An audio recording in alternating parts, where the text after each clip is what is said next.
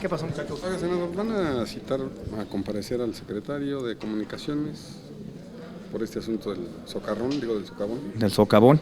Bueno, tendrá que presentarse el punto de acuerdo correspondiente mañana en el Pleno y lo discutiremos en el Pleno de esta comisión. Me parece que la situación es de una gran gravedad y por supuesto que alguien tiene que asumir las consecuencias de estos actos. Por supuesto en la SCT alguien tiene que asumir estas responsabilidades y también el gobierno del Estado de Morelos alguien tiene que asumir la responsabilidad. Yo creo que no nada más es responsabilidad exclusiva de la SCT, sino también el gobierno de Morelos tiene mucha responsabilidad en esto. Oiga, en este sentido, digamos, valdría que solamente de nuevo caigan funcionarios menores, que es lo que se ve a leguas que el secretario quiere hacer, es decir, culpar al delegado, culpar al de obra y a gente así, o él tendría que dar la cara ya como responsable, y sobre todo después de la serie de fracasos y de cuestiones complejas en las que se ha visto involucrado, con lo del tren de Querétaro, en fin, se le han caído prácticamente todas las obras. ¿Y qué podemos esperar además también del Aeropuerto Internacional de la Ciudad de México? Que bueno, pues también es una mega obra que pudiera estar bajo los mismos lineamientos de calidad en la construcción. Y lo que pasó es grave, porque aquí no nada más estamos hablando de un proyecto fallido, un proyecto mal estructurado, un proyecto que iba a costar muchísimo dinero, como era el famoso tren rápido ligero a Querétaro. Y nos estamos hablando de 2 personas que perdieron la vida, de una familia que se destruyó por negligencia de servidores públicos, y eso es muy grave y me parece que tienen que asumir la responsabilidad. Tienen que asumir la responsabilidad quien recomendó a este delegado en SCT, quien lo nombró, quien supervisó mal la obra, quien fue incapaz de rescatar a tiempo a estas 2 personas. En fin, hay mucha gente que tiene que asumir la responsabilidad de estos actos y que son muy graves y muy lamentables. Y esta empresa, senador, que también es la favorita del gobierno federal, ¿cómo la ve? También a la que se le han dado cientos de obras y de muy alta envergadura. Mira, me parece que esto pues nos llama, ahora sí que nos llama la atención para revisar efectivamente todos los contratos de obra en los que está involucrada esta empresa y cómo ha cumplido y la seriedad con los que los ha llevado a cabo y los ha efectuado.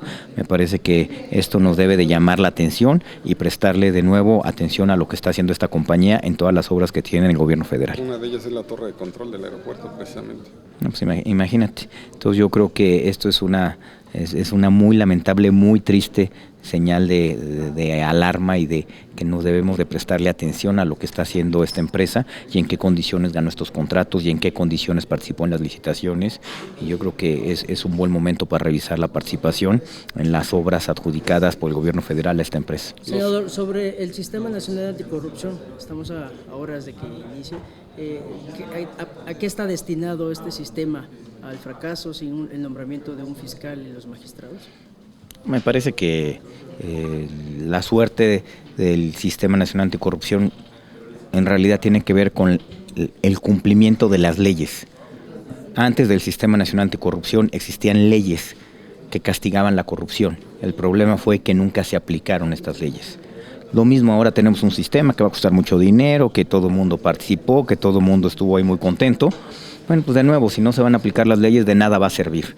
Entonces me parece que aquí es un problema de la falta de aplicación de la ley, de la falta de Estado de Derecho en México, y debíamos de aplicar la ley y hacer viable el Estado de Derecho en México.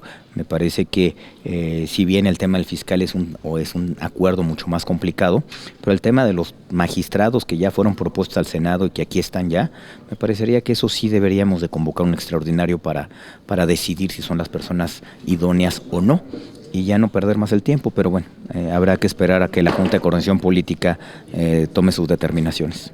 ¿Pero no sería una sentencia que quede en letra muerta este sistema?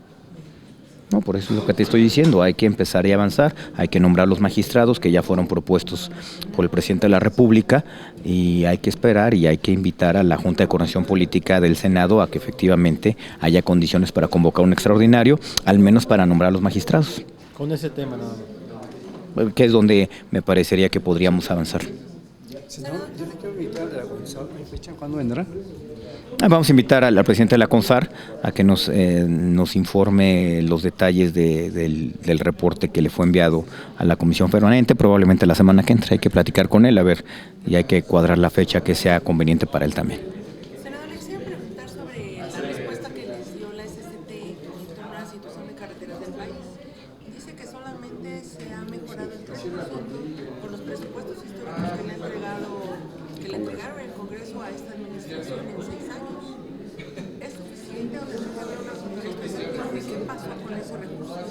Mira, y aquí me parece que es bien importante ese asunto.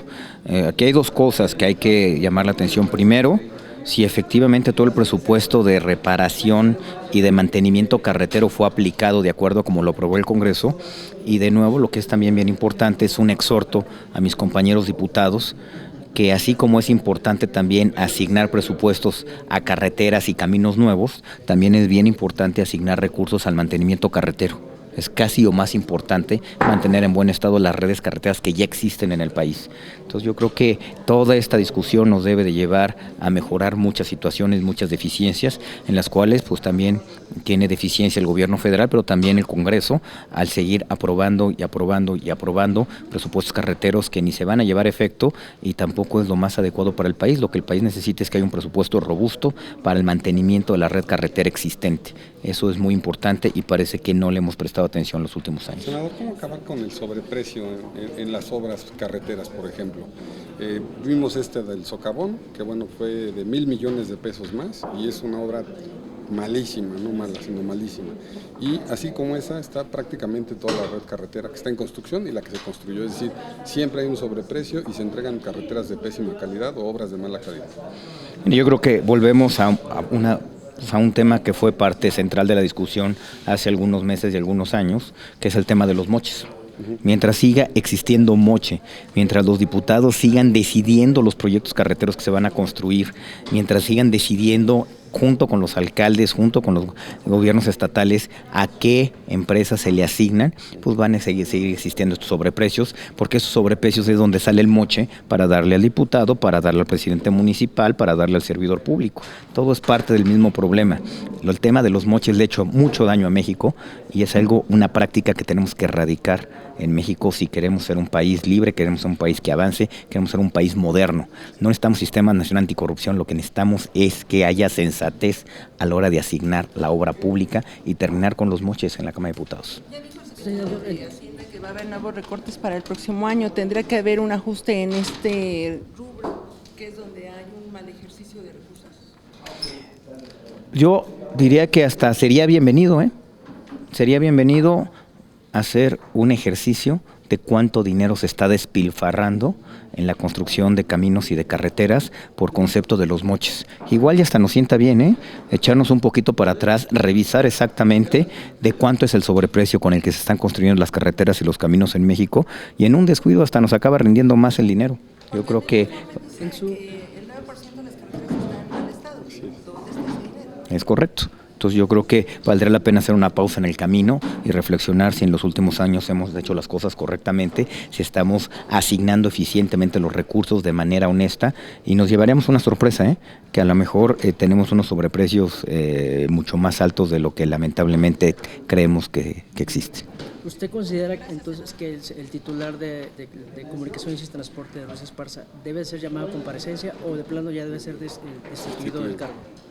Mira, yo voy a hablar en el marco de las atribuciones que tenemos como legisladores. Mañana en el pleno de la Comisión Permanente seguramente habrá exhortos de nuevo apego a las facultades que tenemos, pidiendo explicaciones a la Secretaría de Comunicaciones y Transportes.